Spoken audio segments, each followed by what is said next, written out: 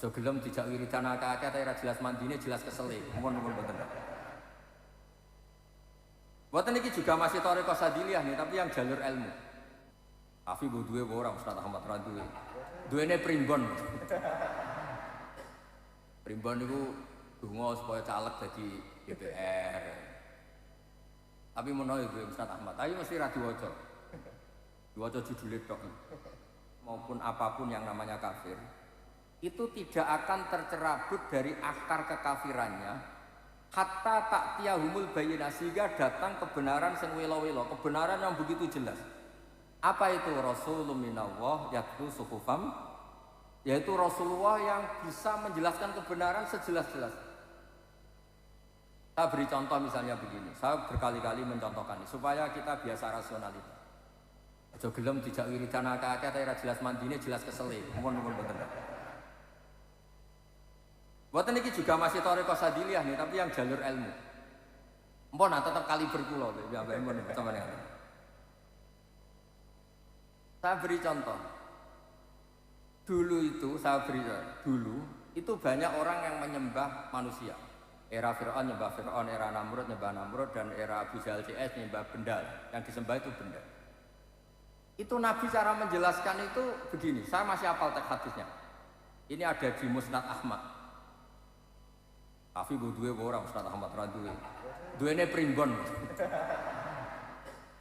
Primbon niku donga supaya caleg dadi DPR. Tapi menawa duwe Musnad Ahmad, ayo mesti ra diwaca. Diwaca judule tok. Pancen kula gojlok ben kok terus ngaji Musnad Ahmad mbek kula. Musnad Ahmad itu sekitar 14 juz. Pak sampean ngaji mulai Magelang wis tuwek. Orang yang menyembah selain Allah itu kata Nabi itu memberi contoh begini. Kama sali rajulin istaro abdan min khalisi malih. Bidzahabin awarikin seterusnya. Pokoknya begini. Orang menyembah selain Allah itu ibarat Anda punya pembantu, punya pekerja, kamu modali. Misalnya petani yang pekerja kamu modali, atau pedagang kamu modali. Setelah berhasil, labanya atau hasilnya dikasihkan orang lain. Padahal yang modali kamu, fasilitas dari kamu, tapi setelah berhasil, labanya atau hasilnya dikasihkan orang. Misalnya kamu pekerja, dibelikan bis, tak belikan bis. Ini buat transportasi atau pertanian, ini pakai. Setelah ada hasil, kamu kasihkan orang lain. Terus kata Nabi, ayyukum sarrohu ayyakuna abduhu kadzalik. Apa ada di antara kalian yang suka punya pekerja seperti ini? Cara Magelang wis tak jotosi ora waras itu. Kemudian Nabi mencontohkan wa rabbukum sayyidukum. Tuhan kamu adalah Tuhan kamu yang menciptakan langit, menciptakan bumi, menciptakan air dan semuanya yang kamu pakai. Kemudian yang kamu sembah tidak Allah. Paham ya? Kowe ku waras ta ora cara pertanyaan ini. Semua fasilitas ini kan dari Allah. Kemudian yang kamu sembah selain Allah itu sama seperti orang dikasih modal, dikasih apa saja, kemudian setorannya diberikan orang lain. Itu al-bayyinah, orang terus mudah mencerna. Ya, ngoten mawon. Assalamualaikum warahmatullahi wabarakatuh.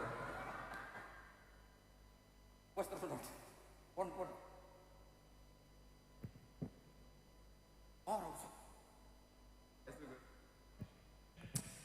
Yun bang punten menika. Pripun Gus ngoten nika Gus? Nggih, problem mboten signifikan nggih, tapi perlu dipun jenengan jelasaken. Ya menika teng mriki niku kadang tiyang niku sok bingung bentenaken istilah kapan seorang wali yang kondang, ulama yang kondang wali itu ngendika sebagai wali atau ngendika sebagai ulama. Misal terus iki contohipun misale wonten nggih ulama nggih wali dawuh misale dahar kepiting niku haram. Niku tiyang pun boten menggalih niki secara fikih punapa nek sing ngendika wali kados-kados niki sabda langit ngoten niku. Terus ajri niku boten teng secara ilmiah tapi keranten ngoten niku. Ngoten niku dos pundi Gus? Ono kon. Nggih niki kersane Mas Hafi gadah kegiatan dadi bebot takok. Boten usah dijiwai, biasa mawon. Yang jelas gini ya, jadi Pak kan beliau minta supaya ini suasananya kayak seminar begini ya. ada beberapa jenis makanan yang tidak disepakati haram. Ada yang disepakati haram, misalnya tentu kayak babi, banyak lah yang disepakati haram. Nah, kepiting ini ranah yang abu-abu karena orang Indonesia, bukan wong Jawa, wong sak Indonesia, menawa sak donya. Iku agak nakalan ngeten. Kepiting itu kalau ditanyakan ilmuwan itu mesti jenisnya kados yuyu, mriki jenis yuyu. Tapi kenapa orang yakin nak yuyu haram, nak kepiting ono sing darani halal? Mergo nak yuyu haram gak eman kan cilik. Tapi nak kepiting haram itu kan eman. Jadi kenapa kepiting diperdebatkan kalau yuyu enggak disepakati haram? Karena cilik kan. Haram Allah gak penting. Kalau kepiting yang mengatakan halal banyak karena eman. Jadi itu dikatakan problem ya problem, dikatakan seni berfikih ya seni berfikih. Tapi yang jelas barokahnya kiai kita alim-alim biasanya digolek-golekno khilaf, sing isih mungkin khilaf itu digolek-golekno gitu. Dan berkahnya fikih juga ini yang menjadikan saya pernah terganggu. Terganggu begini. Ini cerita nyata, Mas Hafiz. Jurnalis zaman kerusuhan Jakarta dulu itu pernah tanya, Pak Bahak, kiai-kiai Indonesia itu top cara ngajari fikih. Kenapa? Sampai maling saja berfikih. Itu betul itu kisah nyata. Ketika kerusuhan Mei dulu di Jakarta, itu banyak orang penjara itu ngambil daging babi. Itu ditegur sama temannya sama-sama penjara. Itu haram ngambil ini saja. Ini kambing. Padahal sama-sama jarah, sama-sama nyuri. Tapi kalau babi gak mau karena haram, kalau kambing halal. Padahal sama-sama nyuri. Terus teman saya, wartawan juga cerita. Saya pernah juga ke kampung itu, betul-betul pernah saya tanya. Pak, kenapa kalau babi di luar, kalau kambing di dalam? Gus, kalau babi tidak ada yang nyuri karena tahu itu haram. Lah kalau kambing diletakkan di dalam karena banyak yang nyuri. Kenapa? Karena itu halal. Jadi maling saja masih mempertimbangkan unsur halal dan haram. Padahal jelas nyuri itu haram. Jadi Indonesia itu memang unik. Unik seunik-uniknya. Nah itu yang cerita-cerita ilmiah tapi rileks. Nah menyangkut wali dan orang alim itu begini. Wali itu ada dua, ada wali kebanyakan. Semua orang mukmin itu sama Nabi dikatakan wali. Ini wali kebanyakan. Ada wali yang karena punya keramat, punya beberapa kelebihan. Itu wali-wali yang kita kholi, wali-wali yang. Tapi kemudian kalau kamu tanya, wali sama orang alim itu hebat mana? Ya kalau walinya alim atau wali tidak alim itu begini, ada beberapa ukuran. Ukurannya nafsu sama tidak nafsu. Misalnya begini, kalau saya disuruh milih, misalnya Allah nyuruh milih saya, hak kamu bisa terbang Mekah, terbang nggak usah naik pesawat, ngirit lah nggak usah bayar.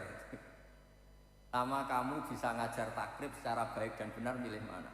Saya pasti milih ngajar takrib. Kenapa? Kalau saya bisa terbang ke Mekah, ke Medina, itu hebatnya apa coba? Burung ya bisa terbang. Tapi kalau saya ngajar takrib, ini pengetahuan Islam yang bisa menyelamatkan umat. Mereka tahu istinja, tahu sholat, tahu cara puasa yang benar, cara haji yang benar. Sehingga orang alim ini nafsunya lebih kecil karena dia memilih sesuatu yang manfaat bagi orang banyak. Tapi kalau saya terkenal bisa terbang ke Mekah, paling banter sama sampai numpang bener usah bayar. Itu gak untung, Islam itu gak untung. Nguntungnya orang medit-medit yang membayar gitu. Nah, ini kemudian menjadikan kastanya ulama dibanding wali yang senang keramat itu beda. Tapi alhamdulillah, saya ulang lagi, alhamdulillah saya sesyukur-syukurnya. Wali yang terkenal di sini itu orang-orang ngaji semua. Badalhar itu temannya Mbah Mahfud, temannya Mbah Munawir. Orang-orang alim yang lama sekali ngaji Mbah Mahfud. Mbah Ahmad Abdul Haq juga sama.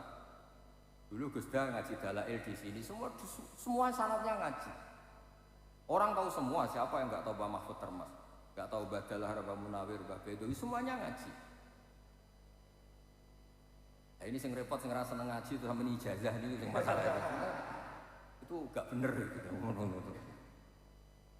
Oh kan mulang takrib ke kafir kan. Jadi saya ulang lagi ya. Jadi kalau wali betul tuh memikirkan sesuatu, bapak saya kalau ngandani saya, Hak kena terkenal wali paling wong nggo gula njaluk donga, tapi kena terkenal ngalim wong teko njaluk mulang halal haram dan itu Islam untung karena orang kemudian tahu halal haram. Misalnya saya bisa terbang ke Mekah paling bantu sampean, Gus melok Gus ben ra bayar kan mirip. Tapi kalau saya bisa takrib dan sampean datang ke saya, tahu istinja itu kayak apa, kalau mandi junub itu kayak apa, kalau istri ngomel-ngomel tuh dikasih apa, itu ngerti semua. Beliau itu fikih itu ngajari ilmu yang Mbah Mun tuh gak seneng. Di bab ini Mbah Mun gak seneng.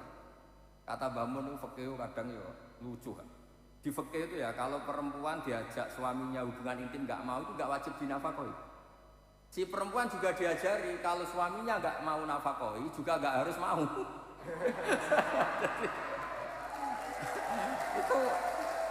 itu kata Mbah Mun, oh iku suami istri kok kaya wong piye maksudnya iku. Tapi itu betul, fikih memang gitu. Jadi nusus perempuan yang pure itu yuskitun nafkah, bisa menggugurkan nafkah. Dan perempuan yang diajak gak mau juga suaminya tidak harus nafkah. Tapi perempuan juga diajari kalau gak iso nafkah ya ora usah gelem. Lah itu rumah tangga seperti itu kan kacau sebenarnya kalau di adat Jawa kan kacau. Tapi itu satu ilmu orang supaya tahu bahwa rabi itu ya ono kompensasinya lah. Cuma kumpul tok ora jelas kompensasi. Itu fikih. Ada aturannya.